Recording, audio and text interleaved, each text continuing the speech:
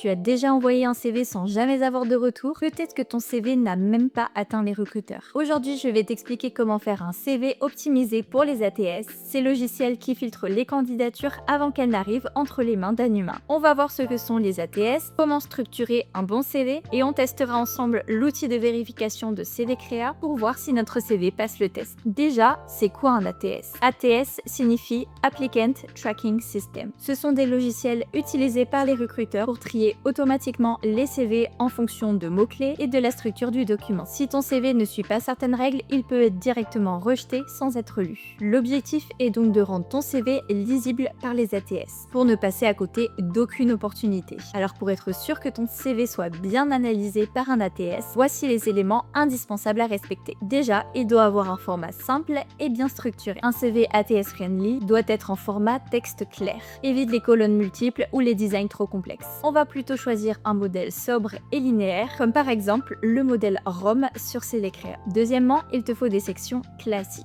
Un ATS reconnaît bien certaines rubriques, donc garde bien ses intitulés standards. La première rubrique, c'est contacts. Ici, tu vas mettre tes différentes informations, ton nom, ton prénom, ton numéro de téléphone, etc. Ensuite, c'est des expériences professionnelles. Là, je ne t'apprends rien, tu vas venir inscrire toutes tes différentes expériences qui vont avoir un lien avec le futur poste que tu vises. Ensuite, tu vas avoir les formations, tes diplômes, tes certifications, etc. Ensuite, tu as la section compétences. Tu peux en mettre entre 6 et 8. D'ailleurs, on t'a fait une vidéo sur le sujet si tu manques d'idées. Et après ça, tu as la rubrique langue. Si par exemple, le recruteur recherche quelqu'un qui parle anglais, il va venir utiliser le logiciel ATS pour filtrer tous les CV qui comportent anglais. Donc ça, c'était pour les différentes rubriques. Ensuite, on va parler des mots-clés. Les ATS filtrent les CV en fonction de mots-clés. Il faut donc que tu reprennes les termes exacts qui sont utilisés dans l'offre d'emploi. Par exemple, si une offre demande la gestion de projet digital, mets cette expression exactement telle qu'elle est dans ton CV, au lieu par exemple de pilotage de projet web. Ensuite, ne mets pas d'image ou d'éléments non visibles. Les ATS ne reconnaissent pas les images, les logos, les icônes, donc pas de photos ou d'éléments graphiques inutiles. Alors maintenant, c'est pas impossible de mettre une photo sur le CV ATS, mais il faut qu'elle soit petite et elle risque d'être ignorée. Donc ici,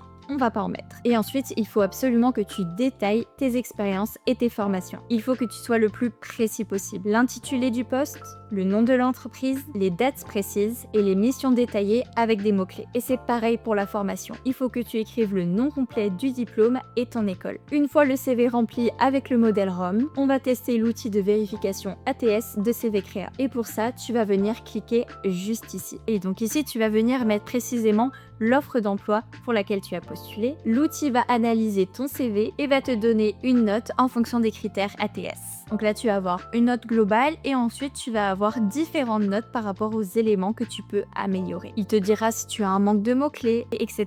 Une fois que tu as pris en compte tous les éléments, ça va être à toi d'adapter le CV en fonction des recommandations. Et voilà, maintenant tu sais comment optimiser ton CV pour passer les ATS. Et grâce à tout ça, tu pourras éviter qu'il soit recalé avant même d'être lu. Si tu as des questions sur l'outil, n'hésite pas à nous les mettre en commentaire, on y répondra. À bientôt sur CV Créa.